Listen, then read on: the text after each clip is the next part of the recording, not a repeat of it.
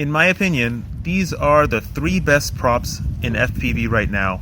The 3 best 5-inch props. I focus only on 5-inch because it feels the best to me and I think it's the most versatile class.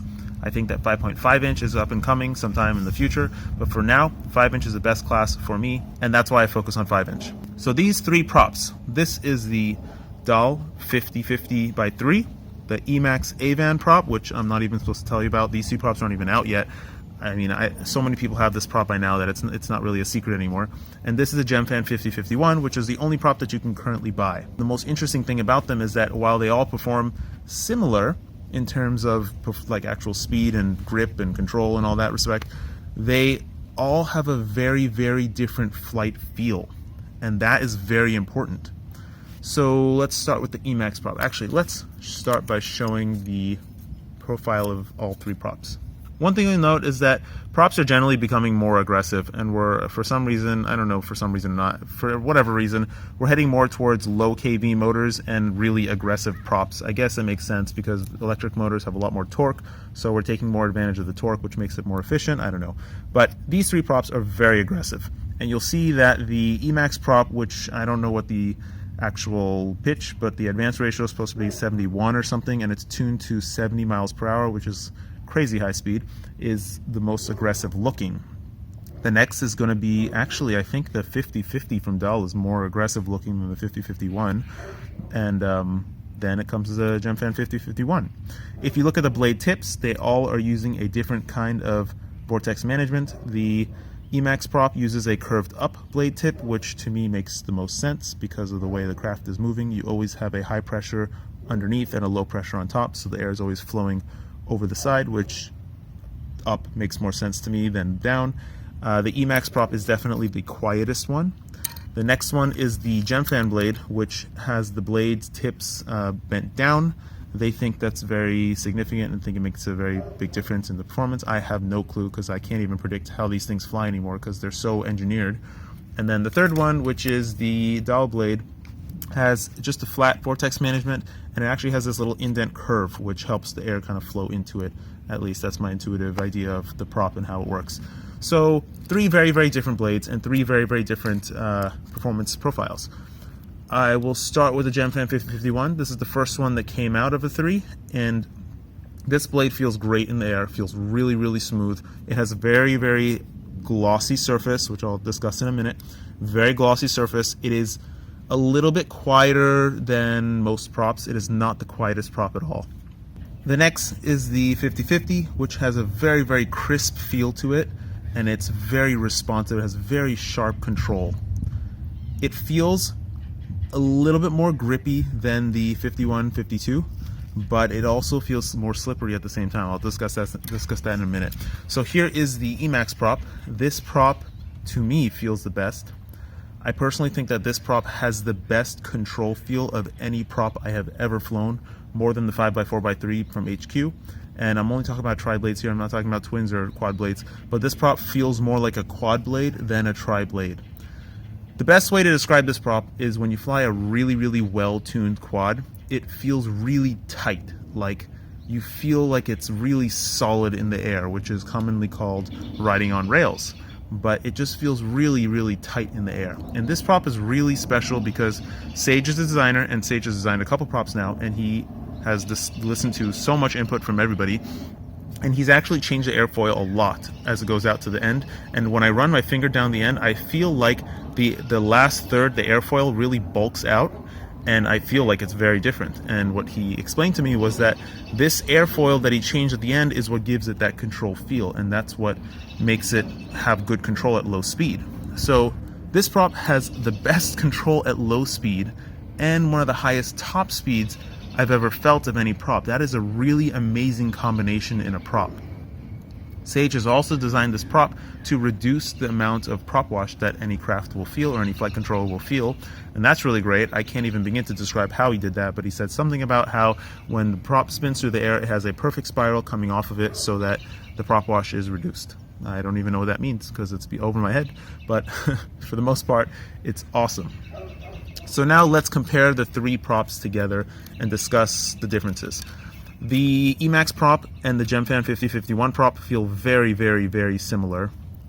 It's really hard to say which one has a higher amp draw profile. I want to say the Emax Prop is a slightly higher amp draw profile, but it doesn't really mean anything because it might actually be more efficient at moving forward. The 5051 isn't really not as hard of a prop to spin, I feel like, and I think it might actually have a slightly higher top speed. But again, this is all just by flight feel, so it's really hard to say. These two are very, very different. In general, I feel the 5152 is more slippery in the air than the Emax Prop. That's really the only main difference that I feel between the two. The Emax Prop is by far the quietest of the group. In fact, I can fly this around my street in front of the house, and I don't think dogs don't even bark when they hear it because it's so quiet. So it's really, really good. The third prop, which has the most distinctly different flight feel, is the doll prop.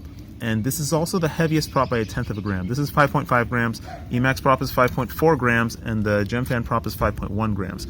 Now, I'm not even sure the weight even makes a difference with these two props because they're so highly engineered that the rotational inertia is just generally low-ish. All of these props don't really work well unless you have at least a 2206 motor, but yeah, they're great. They're great on whatever motor you put them on. I prefer the Emax Prop even on the 2204 motor because of the tight feel that I get from it.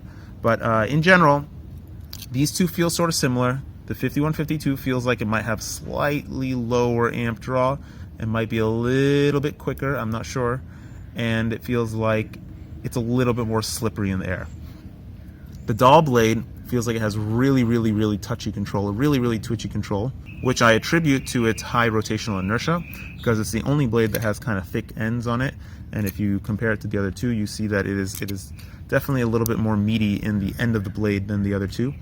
Just the whole blade in general is more just heavy than the other two. And the other thing which I haven't considered in the past at all is the coating on the blade.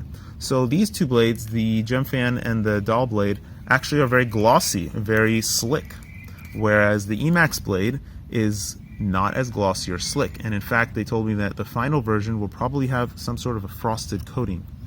And so what this does is it helps the air stay laminated to the blade when it goes over it. So this lamination issue is it can be a big one. I have no idea if it plays a role in this, but Sage believes that it does play a pretty good role in these props. What happens is that when you have air rushing over this blade so quickly, sometimes it might be going too fast and the pitch is so steep that, like, let's say it's going through the air like this. Like, let's say your pitch is super, super steep. The air doesn't stick to the blade and just flow down like it should. What happens is the air actually delaminates and you get all this garbage drag behind the blade. So when you have a slick surface, the air kind of just slips over it and it doesn't kind of sort of stick to it. And when you have a frosted surface, that might maybe help the air stick to the surface as it goes down because it's causing like a little bit of turbulence over the top of the blade, and the bottom is still the bottom, it's still scooping. So I don't know if it's going to make a difference, but in general, I personally prefer the Emax blade by far. I prefer the Emax blade. It flies freaking amazing. This thing feels like I'm really floating, like I'm flying an angel when I'm flying this prop. This is the Jesus prop to me. I love this prop. But I really urge you to try all three props and decide for yourself which one you like best, because they all perform very, very well. And you should really try all of them and see which one you like the best. Another thing is that the doll and the Emax Prop will both have twin blade versions. Now, I haven't flown the twin blade version of the Emax Prop, but I can pretty much guess what it's going to feel like. It's going to feel very, very similar to the tri-blade with a little bit less thrust and a little bit less grip, and that's the same thing I get from the doll blade. It feels exactly like the tri-blade. It just has slightly less thrust and slightly less grip around turns. But in return, you get a lighter blade that you can run on a smaller motor at higher kV and get potentially more top speed. So that's the advantage of twin blade. It's up to you which one you want to run. If you're running an endurance race, it's probably a good idea to go with the twin blade. If you're running pretty much every other kind of race, tri-blade or quad blade is for you.